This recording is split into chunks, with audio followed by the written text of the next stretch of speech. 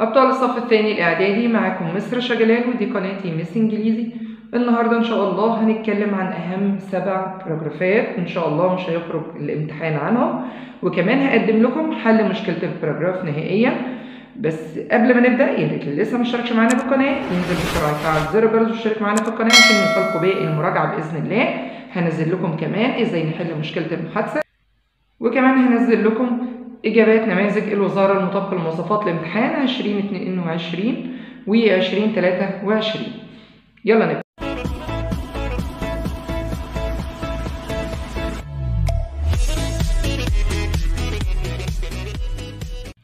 هقدم لكم أهم 7 باراجرافات في منهج الترم الأول إن شاء الله مش هيخرج عنهم الامتحان. كل المطلوب منك طبعا ورقة وقلم وتكتب ورايا كل كلمة وتركز معايا وتتنيك معايا لآخر الفيديو. بس قبل ما نبدأ هجاوبك على سؤال انت دلوقتي بتسأله لنفسك. انت دلوقتي بتقول هل يا مس الباراجرافات دي كفاية ان انا ادخل مذاكرها وبكده ان شاء الله هقفل سؤال الباراجراف في الامتحان؟ هقول لك الإجابة. هقول لك الباراجرافات دي مهمة جدا جدا جدا انك تكون عارفها وتكون مذاكرها، لانها باذن الله مش هيخرج منها الامتحان. هعرفك ازاي تحل مشكله الباراجراف نهائيا، وده انا كنت نزلته في فيديو قبل كده. هسيب لكم اللينك بتاعه في الوصف تحت الفيديو مع لينك جروب التليجرام للمتابعه، وكمان هحط لكم اللينك بتاعه في البطاقات فوق اعلى الفيديو على الشمال. هتلاقي الرابط موجود في البطاقه، وده طبعا انا موضحه فيه كل تفصيله عن ازاي اكتب بطريقه سهله وبسيطه جدا جدا جدا، وازاي احط افكار والافكار دي اكبرها وتبقى عبارات واحولها لجمل ومراحل الكتابه. كل ده انا قايلاه في الفيديو ده. ويلا دلوقتي نقول ايه اهم 7 باراجرافات ممكن يقابلونا ان شاء الله في الامتحان. اول باراجراف ممكن يطلب مني ان انا اتكلم عنه your daily routine. your daily routine، الروتين اليومي. وهنا هيبقى مطلوب مني ان انا اتكلم على الروتين اليومي بتاعي في يومي، انا بعمل ايه. وناخد نموذج ونقراه مع بعض على your daily routine. اول موضوع عندي your daily routine، وده طبعا اصلا كان اول موضوع انت درسته في الوحدة الاولى. فهنا لو جالي write about your daily routine، write a paragraph on your daily routine، هكتب ايه؟ هكتب اللي انا بعمله على مدار اليوم. هقدم نفسي طبعا الاول. على سبيل المثال هقول I am تامر، I am from Egypt، my daily routine is the same every school day. عندي الروتين اليومي بتاعي هو كل يوم انا بعمل نفس الحاجة، كل يوم دراسي انا بعمل نفس الحاجة، وابتدي اقول انا بعمل ايه. I get up at 6:30 in the morning. I go to school by bus with my friends. My parents work at the hospital. They get home late. أنا أقول لك ليه أنا قلت المعلومة دي، عشان برضو جزء من الروتين اليومي بتاعي. So I often help to make dinner. إن أنا ساعات بساعد في إني أعمل إيه؟ وجبة العشاء، لأن هما بيجوا متأخرين فساعات بساعدهم. In the evenings I do my homework, watch TV and text my friends. وده ببساطة باراجراف نموذج على your daily routine. طيب الموضوع التاني اللي ممكن يطلب مني ان انا اتكلم عنه او اكتب عنه، ممكن يطلب منك ويقول لك ايه write about what you and your family do on holidays. تاني what you and your family do on holidays. what you and your family do on holidays. وفي الحالة دي هكتب عن ايه. هقول لك دلوقتي نموذج هنقراه مع بعض، وناخد نموذج موجود عندي في نهاية كتاب المعاصر. طبعا هو موجود نماذج كتيرة، بس للأسف هي النماذج كتيرة جدا، فإحنا بنحاول ناخد منها أكتر حاجة اتكررت في الامتحانات السابقة. فهنا بيقول لي holidays are a good chance for me and my family to relax.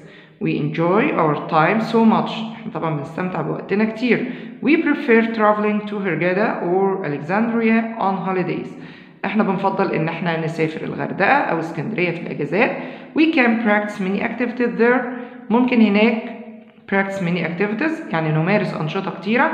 I spend most of my time swimming and playing football. طبعا انا بقضي معظم الوقت بتاعي بعوم وبلعب كرة القدم. At night we like sitting on a cafe with a good view of the sea. بنفضل طبعا ان احنا نقعد على مقهى ونتفرج على منظر البحر الجميل.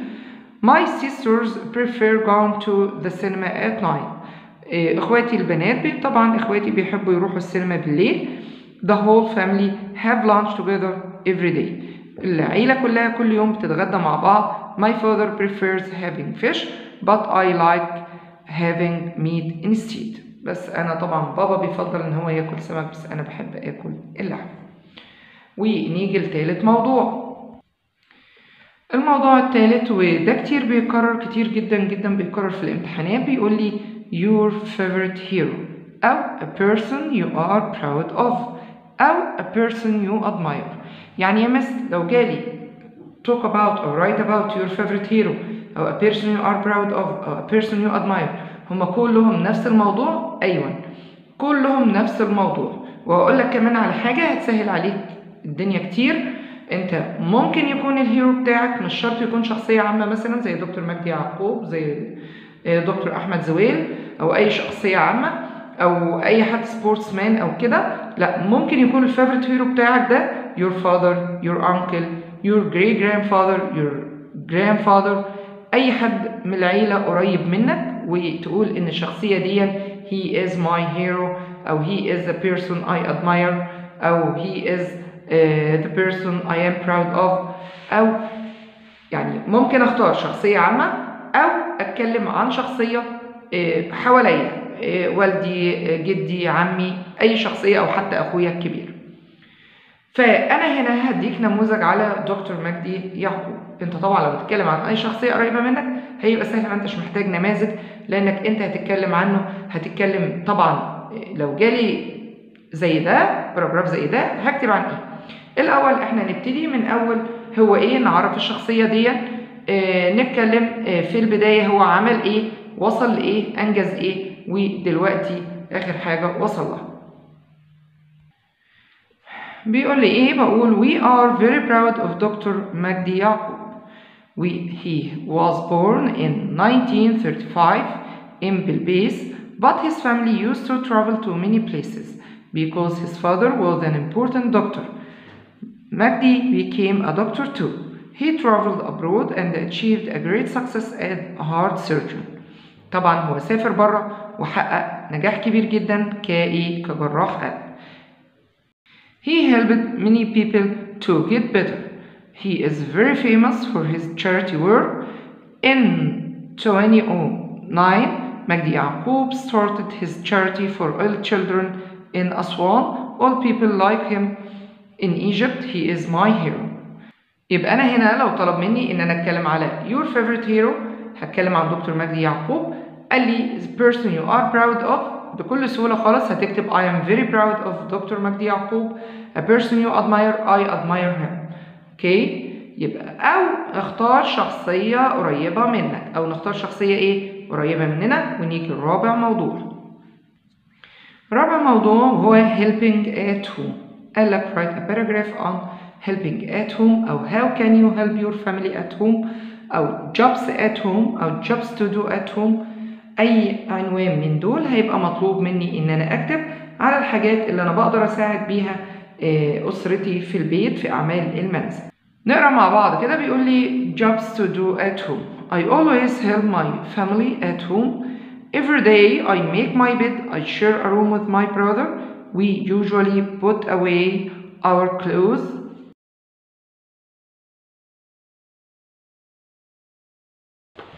نيجي للموضوع الخامس Random Acts of Kindness Project. Random Acts of Kindness Project مشروع القيام بأعمال الخير الغير مخطط ليها.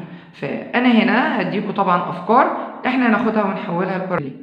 Our class decided to try to do one act of kindness every day for 3 days. الفصل بتاعنا قرر إن هو يقوم بعمل خيري واحد كل يوم لمدة 3 أيام. First on Monday I bought my grandmother some of her favorite cakes. أنا اشتريت لجدتي البعض من الكيك المفضل لديها. She was surprised but very happy. طبعا هي كانت surprised وكانت ولكن كانت سعيدة جدا. After that on Tuesday I let some younger students go into the canteen in front of me. تاني يوم أنا سمحت لبعض الطلبة صغار السن أصغر مني إنهم يدخلوا الكانتين قدامي. ده كان يوم الثلاث. Finally on Wednesday I took a sandwich and a cold drink to a poor old man sitting on our street corner. أنا خدت طبعا سندوتش ومشروب بارد لراجل فقير في جالس على ناصية الشارع الخاص بنا. طبعا كل دي random acts of kindness، دي كلها أعمال خيرية غير مخطط ليها، ولكن make people very happy.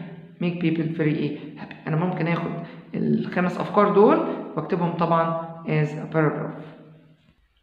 سادس موضوع بيقولي what teenagers should do and what they shouldn't do. what teenagers should do and what they shouldn't do.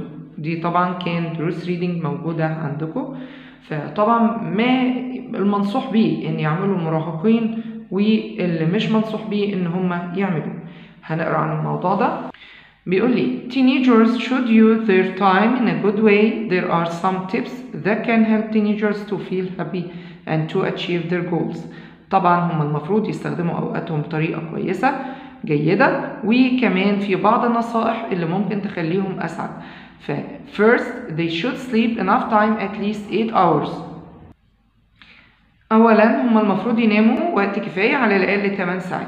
most of them like staying up late. طبعا معظمهم بيفضل ان هو يسهر but it isn't useful for their health. بس طبعا ده مش كويس لصحتهم. secondly it is important for them to make new friends to be happy. طبعا مهم جدا ان هم يعملوا اصدقاء جداد but they should choose their friends.